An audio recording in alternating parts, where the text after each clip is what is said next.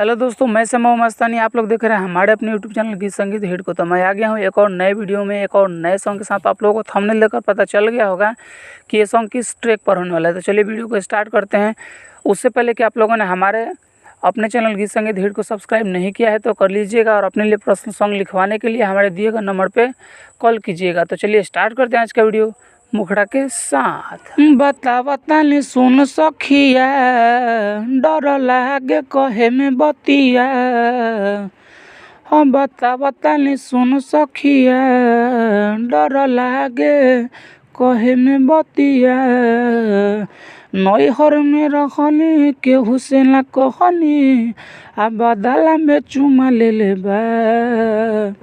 है झुमका भातार देले बा, है नथिया यार देले बा।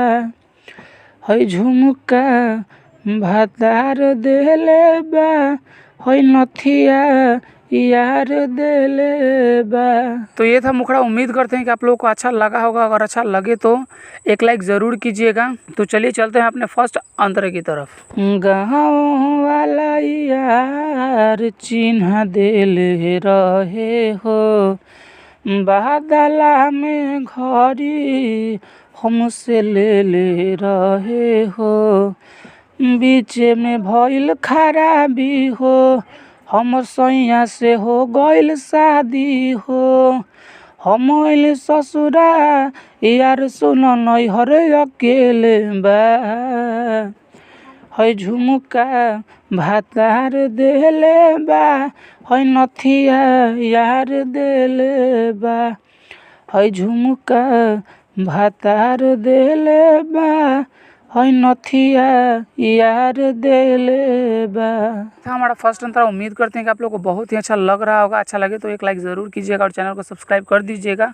और अगला सॉन्ग किस ट्रैक पर चाहिए कमेंट करके बताइएगा। तो चलिए अभी चलते हैं अपने दूसरे अंतरे की तरफ। श्याम बाबू पिया पहिला रतिया हो, मुँह देखाई सखी दिल नथिया हो।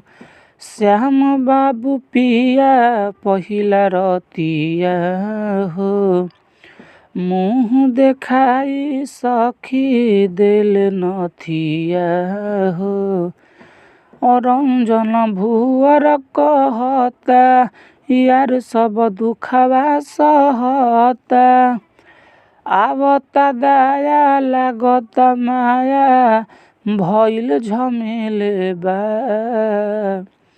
है झुमका भातार देले बा, है नथिया यार देले बा। है झुमका भातार देले बा, है नथिया यार देले बा। तो ये था हमारा पूरा सॉन्ग। अगर आप लोगों को अच्छा लगा होगा तो लाइक कर दीजिएगा, और ऐसे ही ढेर सारे सॉन्ग पाने के लिए हमारे यूट्यूब चैनल गीत संगीत हिट को सब्सक्राइब जरूर कर लीजिएगा। और आप अपने लिए पर्सनल सॉन्ग लिखवाना चाहते हैं तो हमारे दिए गए नंबर पर कॉल कीजिएगा। तो चलिए मैं जाते जाते यही कहूँगा कि गाइए और हिट हो जाइए। तब तक के लिए मिलते हैं किसी दूसरे वीडियो में किसी दूसरे सॉन्ग के साथ। तब तक के लिए नमस्कार।